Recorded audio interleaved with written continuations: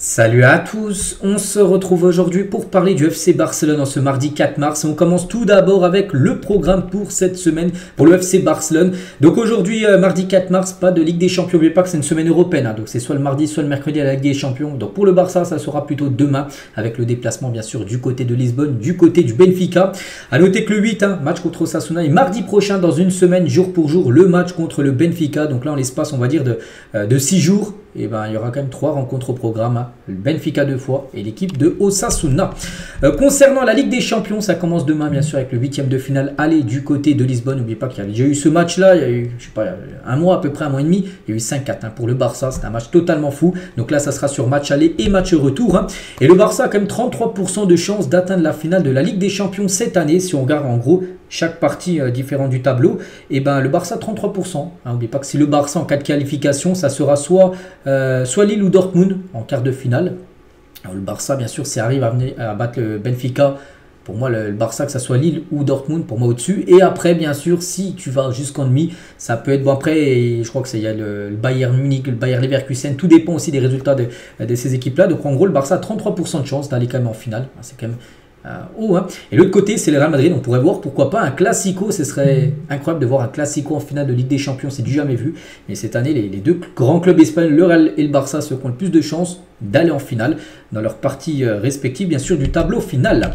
Bref, la vérité, n'oubliez pas, se passe sur le terrain. Le Barça a approché Frenkie de Jong pour discuter de son avenir. Donc le joueur souhaite renouveler son contrat avec le club. Les négociations débuteront à la fin de la saison. En plus, là, Frenkie de Jong, depuis, je sais pas, peut-être un mois et demi, depuis, on va dire, début d'année 2025, c'est un nouveau Frenkie de Jong, les gars. Déjà, il n'est plus blessé, enfin, il se blesse plus très rarement. Et surtout, il a retrouvé le niveau à l'époque. Le Frenkie de Jong Prime.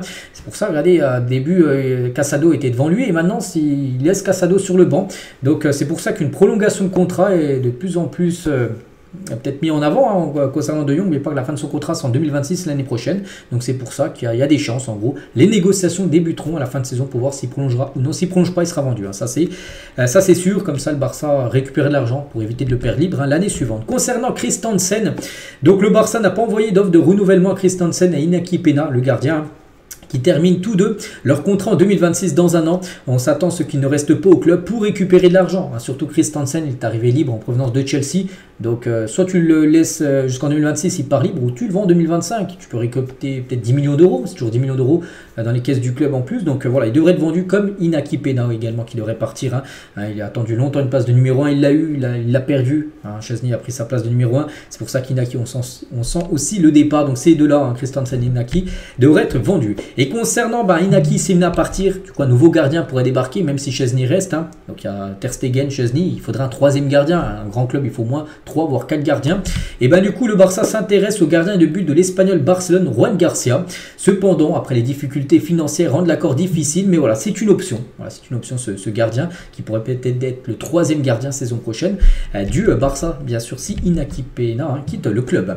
On va parler de Ferran Torres, donc Naples, l'AC Milan, Arsenal et Tottenham s'intéressent à Ferran Torres. Le Barça demande 40 millions d'euros pour le joueur, ce super sub du côté du FC Barcelone. C'est vrai que chaque été, on a l'impression qu'il va partir, puis il reste.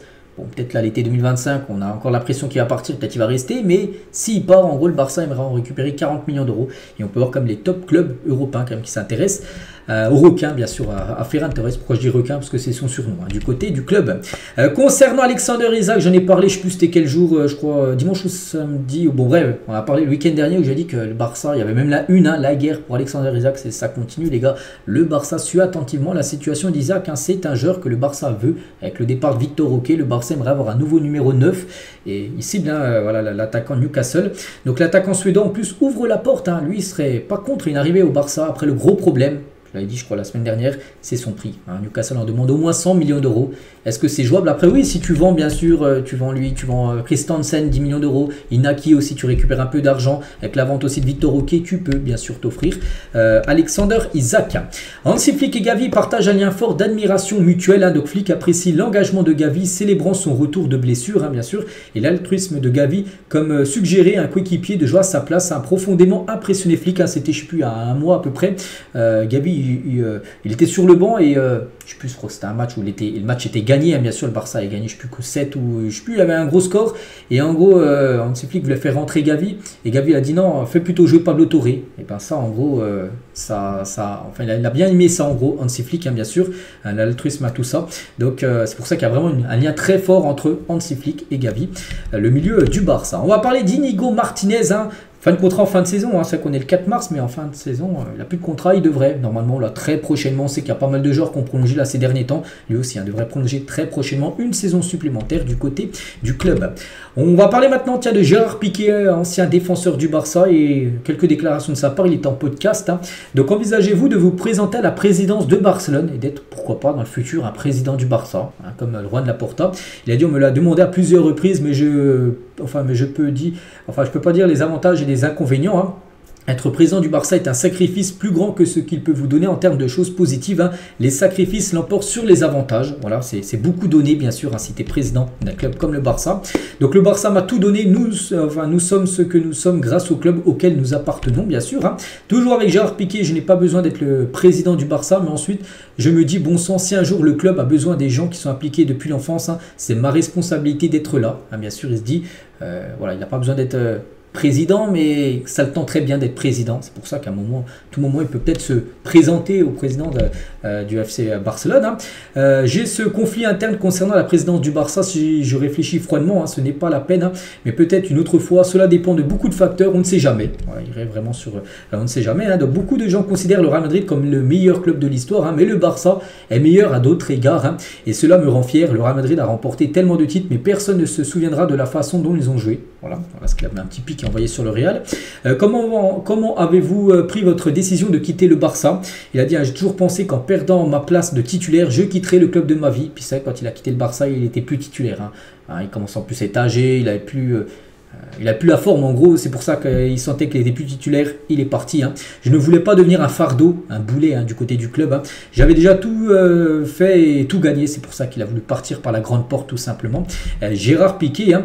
Il faut changer les petites choses dans le football pour le rendre plus divertissement. Aucune des deux équipes ne devrait obtenir de points après un match nul 0-0. Donc lui, il dit que dans le futur, si vraiment il venait à faire une nouvelle loi, quand il y a un 0-0, personne ne prend de points. Voilà, c'est que le jeu a été mauvais. S'il y a un partout, ok, chacun prend un point, une équipe match nul. Mais s'il y a 0-0, c'est-à-dire que les équipes n'ont rien montré, personne ne prend de points. Il aimerait mettre ça en place, hein. Bon, pour l'instant, on est encore très loin de mettre ça en place, bien sûr, hein. Personne ne veut dépenser le prix d'un billet pour regarder ça, un 0-0. Bon, des fois, il y a des beaux 0-0, mais bon, c'est plutôt rare, hein. Des fois, il y a des 0-0 horribles, hein. Donc, voilà ce qu'il peut dire par rapport à ça, hein. Le Barça m'a tout donné. Si je jouais pour rétaffer l'Espagnol ou l'Atlético Madrid, je serais une personne différente aujourd'hui. Le club m'a tout donné, une réputation mondiale et une influence internationale qu'aucune entreprise au monde ne pourrait jamais, bien sûr, me donner, hein. Mon grand-père m'a donné ma carte, hein, de membre du Barça, les sociaux, hein, avant même que j'ai eu ma carte d'identité. Je dois beaucoup à ce club, hein, et si jamais je vois qu'ils sont dans le besoin, je serai là pour eux. Tous les gars, qu'ils soient présidents, même un rôle, bien sûr, dans l'équipe, enfin pas en tant que joueur, hein, c'est fini, mais peut-être un rôle, je sais pas, dans le staff, tout ça, et il serait ok, bien sûr, Piqué, hein. Et ce qui me rend le plus fier de ma carrière, c'est d'avoir vécu mon rêve à fond. J'ai joué pour le club que j'aimais depuis que je suis enfant et j'ai profité de chaque instant. Et voilà, on finit aujourd'hui avec Gérard Piqué, toutes ces déclarations, hein, bien sûr, qu'il a pu faire. Donc voilà ce qu'il va dire, hein. J'espère que ça vous a plu. On se retrouve demain, bien sûr, et demain on parlera bien sûr du gros match de Ligue des Champions contre le Benfica. Je vous souhaite une très bonne journée et à demain.